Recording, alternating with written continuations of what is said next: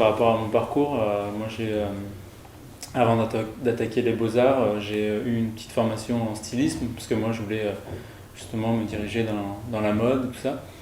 Arrivé aux beaux-arts, voilà, on nous demande petit à petit de se spécialiser dans quelque chose. Moi j'ai voulu justement lier ces deux univers, parce que j'ai justement cet amour pour le tissu, les costumes et tout ce qu'ils peuvent représenter. Donc je travaille beaucoup à partir du tissu et des vêtements de récupération. Et j'ai surtout comme fil conducteur l'enfance et la construction de l'identité en fait, de l'enfance à l'adolescence. Je travaille avec différents médiums, la photographie, la vidéo, l'installation, la 3D et la réalité virtuelle. Mon travail se base sur l'image, l'absence de l'image et aussi les liens entre image fixe et image en mouvement. L'écran, en fait, c'est plutôt un fil conducteur dans mes recherches. Après, j'ai une partie de mon travail sur les drive-in theaters, les cinémas en plein air américains, qui sont aujourd'hui tous en train d'être abandonnés. Le but, c'était aussi de travailler, de voir comment on peut travailler autour de la recherche d'une personne, comment faire travailler d'autres personnes autour de ma recherche, et voir ce qu'ils pouvaient apporter. Après, d'un point de vue purement pédagogique, je pense que c'est une bonne expérience justement d'être confronté à des élèves. Moi, je trouve ça important d'intervenir dans un milieu scolaire avec les élèves, surtout à cet âge-là, puisque collège et lycée, ils sont dans une période où le rapport à leur image n'est pas forcément simple, et les aider à réfléchir sur ça, ça peut être... je pense que ça peut être formateur. Également, le fait qu'aujourd'hui, ils aient tous des téléphones, des caméras et qu'ils filment comme ça, ils mettent des choses sur Internet sans vraiment trop réfléchir à ce que ça implique. Et du coup, de parler de l'image, du statut des images et de la valeur et du pouvoir aussi qu'elles peuvent avoir, je pense que c'est quand même quelque chose d'important aujourd'hui. Et d'aller dans leur classe, de leur montrer ce que je fais, de leur parler un petit peu d'art contemporain aussi. Ça leur donne une ouverture qu'ils n'avaient peut-être pas forcément envisagée.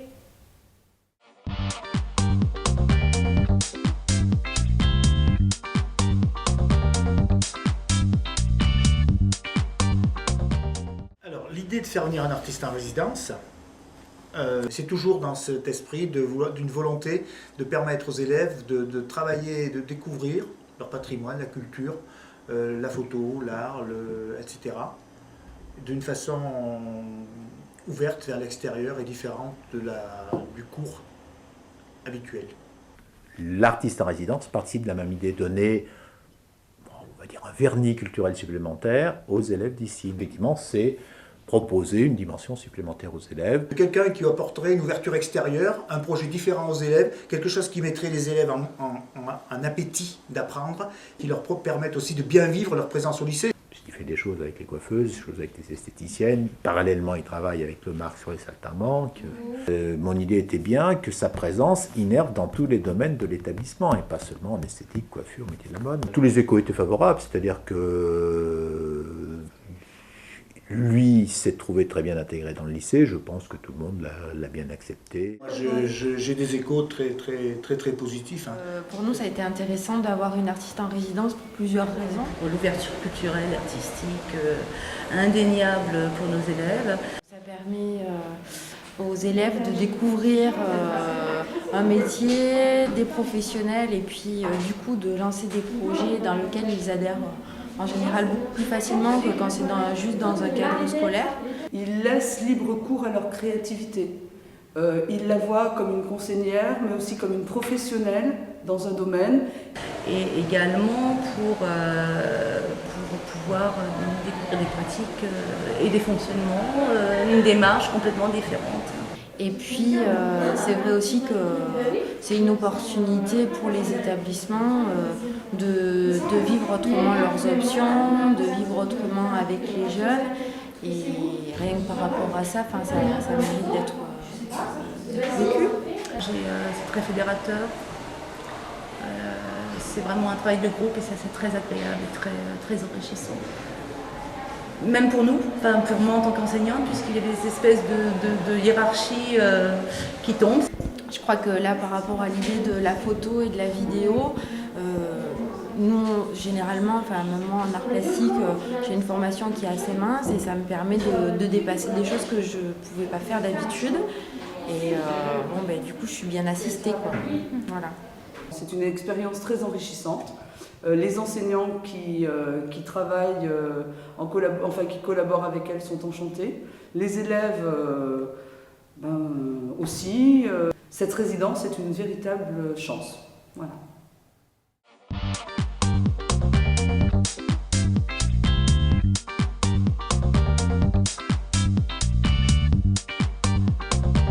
Pour Vidéoforme, c'est un projet qui a été instauré par Madame Marché depuis l'année dernière pour faire le concours 1 minute de Vidéoforme. On a retenu 4 projets. C'est avec des esthéticiennes. Donc là, c'est pareil, on essaie de leur faire travailler d'une autre façon l'image, pas forcément linéaire, mais de travailler sur un rythme et aussi avec une association de musique. Là où ça n'a pas forcément marché, c'est que leur enthousiasme leur a fait tourner le court-métrage sans moi. Du coup, les rushs, il a fallu redécouper, retravailler l'histoire. Et on va travailler sur des petits films d'1 minute, donc ils sont par groupe de 3. Je voulais juste montrer qu'une poubelle pouvait se remplir en 1 minute. Et en fait, la vue du fond, je trouvais ça plus intéressant. On essaye de trouver plein d'événements sur l'évolution du temps. En fait, on les met très vite, les photos, on les fait passer très vite. Et derrière, il y aura un tic-tac pendant 1 minute. Et à la fin de cette minute, il y aura un gros dream en fait. Ce projet du jumelage avec le musée d'art Roger Quillot, qui est un très gros projet, qui est forcément très intéressant. Donc j'ai hâte de le finir, justement, de le voir là-bas. Vous essayez de distinguer les formes et puis vous reproduisez. Et c'est à peu près, vous voyez, vous n'êtes pas obligé d'être précis. On va couper des tissus pour les formes, après on va broder. Ils ont créé les costumes pour la photo tableau que l'on doit reprendre du tableau de Gustave Doré, Les Saltimbanques.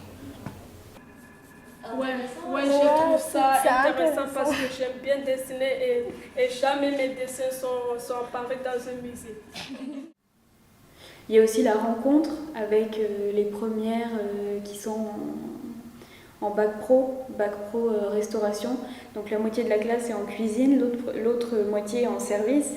Et donc je me suis infiltrée pendant une préparation de repas et pendant un service en salle pour les filmer.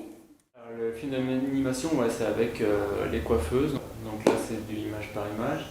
Je suis très content parce que là, elles participaient, quoi. Enfin, il y a eu un enthousiasme assez important. On fait un film image par image.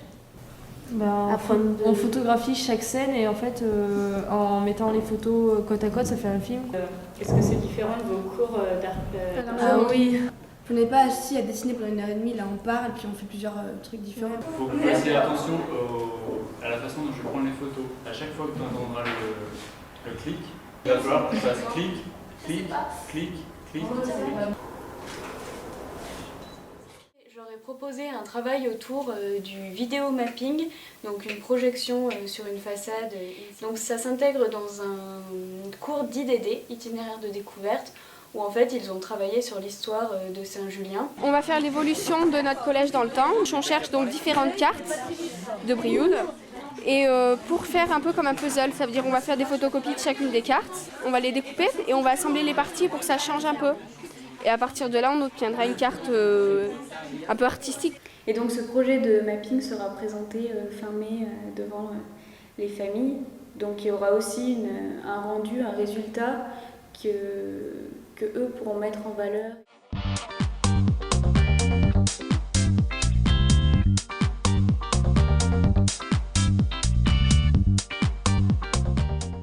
C'est génial. Les résidences sont trop courtes.